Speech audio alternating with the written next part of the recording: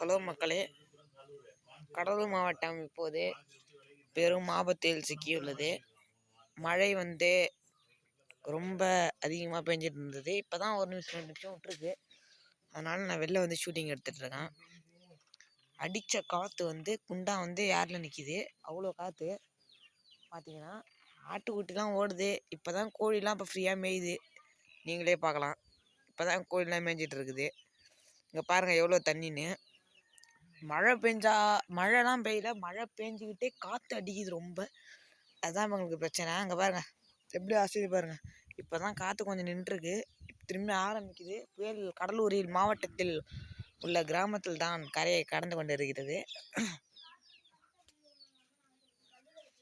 என்று பாருங்கள், வானத்தை பாருங்கள்.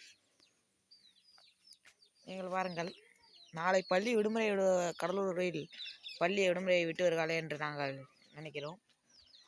பாருங்கள், இந்த மரத்தை பாருங்கள். நேராக இருந்த மரம் இது. இப்போது நட்டுக்கிட்டு நிற்கிறாரு இவர்.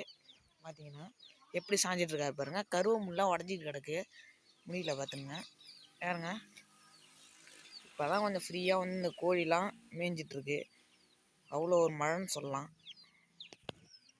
என் இனிய தனிமையும் இங்கே தாங்க மேய்ஞ்சிட்ருக்கு. அது உங்களுக்கு தெரில. இதே தான் மேய்ஞ்சி பாருங்கள். முன்னாடி உள்ளே இருந்துட்டு என் இனிய தனிமை இப்போ தான் மேய்ஞ்சிட்ருக்குது. இன்னும் சற்று நேரத்தில் கனத்த மழை உள்ளதாக வானிலை ஆய்வு மையம் தெரிவித்துள்ளது. பெரும் காற்று வீசி கொண்டு இருக்கிறது.